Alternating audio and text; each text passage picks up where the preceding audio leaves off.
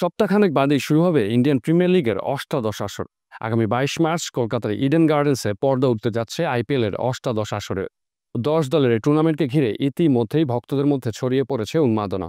সেই উন্মাদনায় নতুন মাত্রা যোগ করতে প্রত্যেকটি দলের শক্তিমত্তা, দুর্বলতা এবং সেরা একাদশ কেমন হবে তা নিয়ে আমাদের 10 পর্বের বিশেষ ধারাবাহিকের প্রথম পর্বে আজ থাকছে কলকাতা নাইট রাইডার্সকে নিয়ে বিশ্লেষণ। প্রতি বছরই আইপিএল এ নিলাম অনুষ্ঠিত হয়, তবে প্রতি 3 বছর পর পর অনুষ্ঠিত হয় মেগা নিলাম। মেগা নিলামে যাওয়ার আগে 6 জন প্লেয়ারকে রিটেইন করায় অকশনে কলকাতার বাজেট ছিল 51 কোটি টাকা। আবার সেই টাকা থেকে নিলামে হন্যে হয়ে ক্যাপ্টেন খুঁজতে গিয়ে রিলিজ করে দেওয়া ভেঙ্কটেশ আইয়ারকে দলে ভেড়ায় 23 কোটি 75 লাখ টাকায়।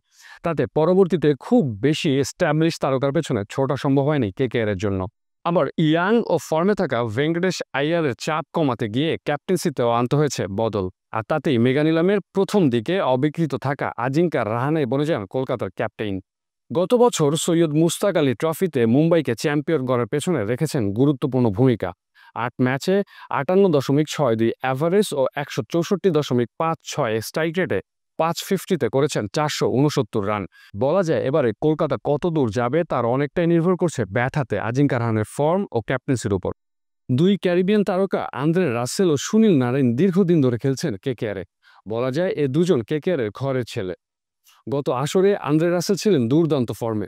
ব্যাট হাতে 15 ম্যাচে 185 স্ট্রাইক রেটে রান করেছেন 222, বল হাতে নিয়েছেন 19 উইকেট। অপরদিকে সুনীল নারাইন গত আসরে ফিল সল্টকে নিয়ে গড়ে তুলেছিলেন এক বিধ্বংসী ওপেনিং জুটি। সল্ট ও নারিন জুটিতে ভর করেই বলা যায় গত আসরে চ্যাম্পিয়ন হয়েছিল কলকাতার নাইট রাইডার্স। নারিন গেল আসরে 15 ম্যাচে 3 হাফ সেঞ্চুরি ও 1 সেঞ্চুরিতে 180.74 স্ট্রাইক রেটে রান করেছেন 488। আর তাই বলা যায় কেকেআরের শিরোপা ধরে রাখার মিশনে এবারও তুরুপের তাস হতে যাচ্ছেন এই দুই ক্যারিবিয়ান। সো কেমন হতে পারে কেকেআরের প্লেইং 11? আসুন দেখে নেওয়া যাক। ওপেনিংয়ে রাহানের সাথে কুইন্টন ডিকক কিংবা রহমানুল্লাহ গুরবাজ খেলতে পারেন। রহমানুল্লাহ গুরবাজ মাঝে মাঝে দুর্দান্ত সব ইনিংস খেলেন, আবার হঠাৎ করেই ফর্ম হারিয়ে বসেন। এটা তার জন্য একটা massive problem.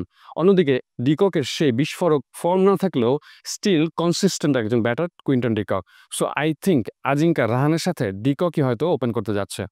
Innate number 3 floater হিসেবে এখানে নারিন আসবে। ইনেট নাম্বার 4 অবধারিতভাবে Venkatesh Iyer. Number 5 Rinku Singh. Number 6 Andre Russell. Number 7 এই জায়গাটায় খেলার জোর সম্ভাবনা রয়েছে রামানদীপ সিং এর। একজন এক্সপ্লোসিভ ব্যাটার, একজন গান ফিল্ডার ও দলের প্রয়োজনে 2-3 ওভার সার্ভিস দিতে পারেন যে কোনো সময়। 8 নম্বরে হার্ষিত রানা, কেকেআর ক্যাপ্টেনের পেস বোলিং ডিপার্টমেন্টের সবচেয়ে বড় ভরসার নাম। Number 9 Vaibhav Arora. Number 10 champions ট্রফিতে ব্যাটারদের নাকের পানি চোখের পানি এক করা mystery spinner Varun Chakravarthy. Number 11-এ একজন ফরেন পেস বোলার খেলবে। সেক্ষেত্রে ইনজুরির জন্য চ্যাম্পিয়ন্স ট্রফি মিস করা আন্দ্রিক নরকিয়া সার্ভিস হয়তো কয়েক ম্যাচে পাবে না কলকাতা নাইট রাইডার্স।